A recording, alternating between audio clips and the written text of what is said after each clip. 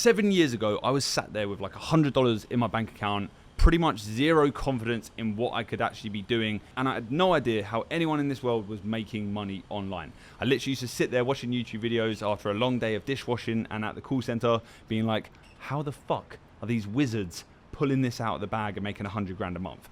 And the reason why I thought like that was because of how I was brought up. What was going on to me when I was younger, what was happening behind the scenes, and how was I starting to perceive myself and create this false personality around myself just based on my surroundings when I was a kid. So chances are you're probably in a similar situation to that, and if you are, it's completely fine, and I want to walk you through how you can overcome it, because it's exactly what I've done, and I want to kind of give you my backstory and give you a bit of a behind the scenes in terms of what that used to look like for me. So growing up as a kid, you know, through primary school, high school, I was the class clown. So being the class clown, I would always want to make people laugh. I would always do things that would be detrimental to myself, you know, whether that's, getting kicked out of the class or saying something stupid to the teacher to invoke a reaction from other class members. I would always put like that as a priority because I just loved making people laugh. I really enjoyed it. But what that actually caused is I would get kicked out of class. I would get excluded. I'd get sent home. I would be banned from joining certain activities in certain clubs. And that obviously led me down a path where I wasn't getting the same level of education as everyone else. Now, obviously, I'm to blame for that, but it started to make me feel like I was dumb. It started to make me feel like I was stupid. And this tied into just the way that I learned at school. It was just a recipe for disaster because I didn't learn the conventional way that people learn in school, and I didn't really enjoy just sitting there listening to a teacher talking at me, kind of like how I'm doing to you now, I'm sorry. And I didn't like that. I didn't get on with it. I didn't understand it, and it just wasn't for me. So obviously I started failing at exams. I started getting really bad reports on my cards when teachers were doing Parents' Day, and it led me to believe that I was this stupid child who wasn't capable of doing these bigger things or achieving what these other kids were achieving. I kind of went through my whole school life with that, which is obviously pretty bad, and I'd started to genuinely believe that I was dumb, I was stupid, I wasn't as smart as the other kids. Now that was one limiting belief, and the other section to this is the limiting belief around money. So when I was growing up, my mum and dad broke up when I was like 12 years old. My mum was really struggling with cash. She would always complain and moan about how little money she had or how difficult it was in the world to make money, as well as telling me, you know, how hard it is to get a good job that pays you money. Now, on the other hand of that, I was always told as a kid that you need to work hard in a job to make money to survive. That is the way the world works. You need to go through life, do well in school, level up, get a job, scour your way through that job, and then eventually die, right? That was literally it. And that was from my family what I'd seen pan out across individual members. We never had those standalone entrepreneurs in the family that would go out there and make crazy amounts of money and then come back and tell their stories and be like, you can do it too. It wasn't like that. My dad was very encouraging, but at the same time, I didn't really have the proof in front of me and the results, and I'd never had access to that money. So for me, money became this really scarce resource, this really, really hard thing to achieve. And I think a lot of people are watching this video are probably in a very similar situation, because that's just how normal people actually grow up. You have to realize that. I'm not blind to that, but it's the point of understanding that that is a huge, huge, huge limiting belief that is definitely holding you back, which is the key thing that you need to do in order to take a step further. Now, before I do move through this video, I apologize if there's any background noise. I'm in Dubai right now, and I think this gives you a very good insight in terms of how fucking noisy Dubai is. Perfect timing. There's a drill going off right now because there's building work everywhere. So it ain't as glam as everyone makes it out to be. But look, anyway, let's get into the fun bit. Hopefully you can hear me over this drill. A big turning point for me when I was probably 15 years old. I started watching YouTube videos of how to graphic design. I was really into art. I really enjoyed that lesson at school, and that's something that I did excel in. So I was like, okay, well, I'm dumb. I can't do maths. I can't do science. I can't do English, but I'm really good at art. So let's explore this. I was also good at playing World of Warcraft as well. But with art, I kind of took that into the digital world and was like, how can I make money with this?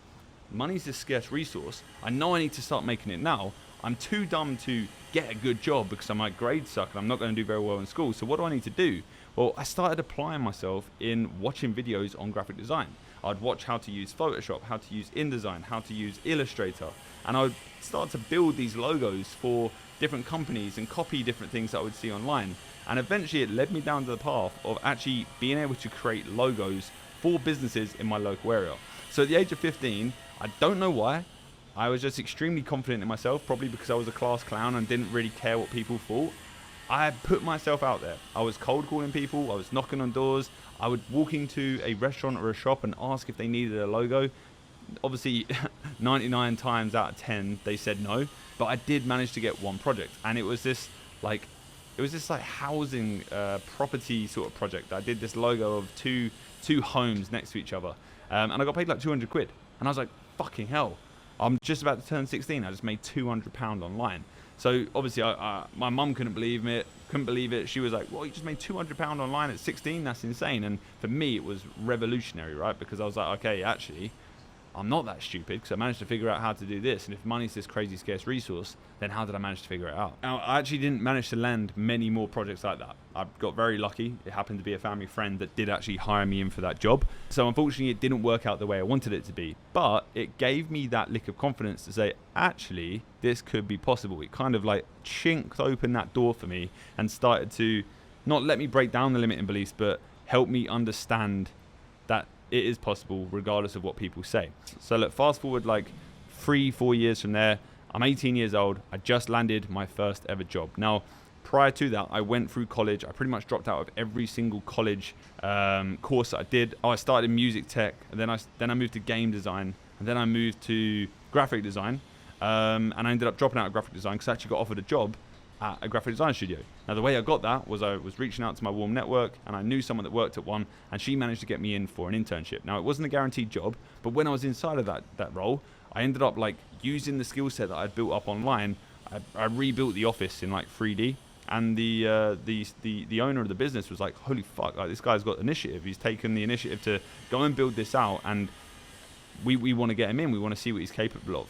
So I got offered my very first paycheck on salary, and it was like £15,000 a year. So that limiting belief coming in from my mum again, saying like making money is really hard, started to play out. I was like, holy shit, she's right. 15 grand cost me more than that to get into London every year. You know, it was really, really tough. Anyway, I worked that for a year, went down a bit of a rabbit hole, hated it, and then went traveling for 4 years. So look, fast forward another 2 years, I'm living in Australia. I'm washing dishes. I'm working in call centers. I am still looking at ways of making money online, but I'm not really fully understanding it, or I don't really trust myself enough to be able to do it, or trust the people that I'm watching online to be able to do it as well, until this revolutionary moment happened in my life. I was on a family holiday in New York, and I was at a bar with my stepbrother, and there was a guy sat at the bar next to us.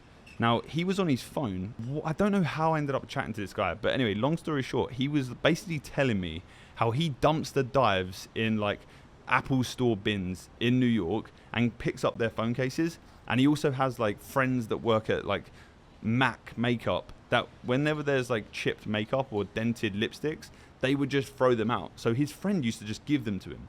Now this guy was then selling that at a much cheaper rate on eBay, and he showed me the numbers. He was making $30,000 every single month doing this. So obviously I'm sat there like, wait, what? This guy's just a normal guy in a bar selling shit that he's picked out from a bin. How the hell is he making double what I was making in a year in a month? Doesn't make any sense to me. Now from there, I didn't go and start dumpster diving and picking up iPhone boxes, but what it did is it just stopped me from being able to sleep for weeks. I was sat there like, how the hell was this guy doing this? What am I doing? What do I need to be doing as well? And like, how do I even get started? So that's really when I went deep into the online rabbit hole. I started finding drop shipping. I was exploring whatever I could. And I just had that conversation with that guy in my head all the time, knowing that he was doing 30K on eBay. He showed me the stats. I knew it was possible. That limiting belief almost got destroyed.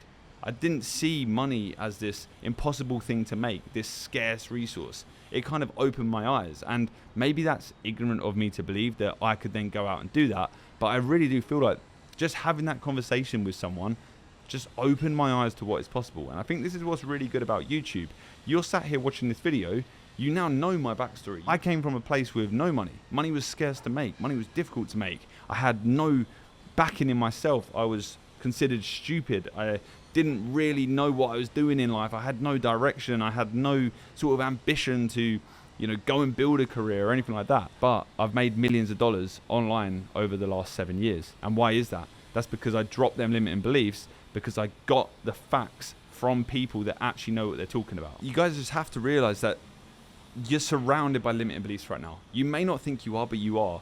You probably think that building an agency is all about having this super structured business, that everything is moving and everything is perfect.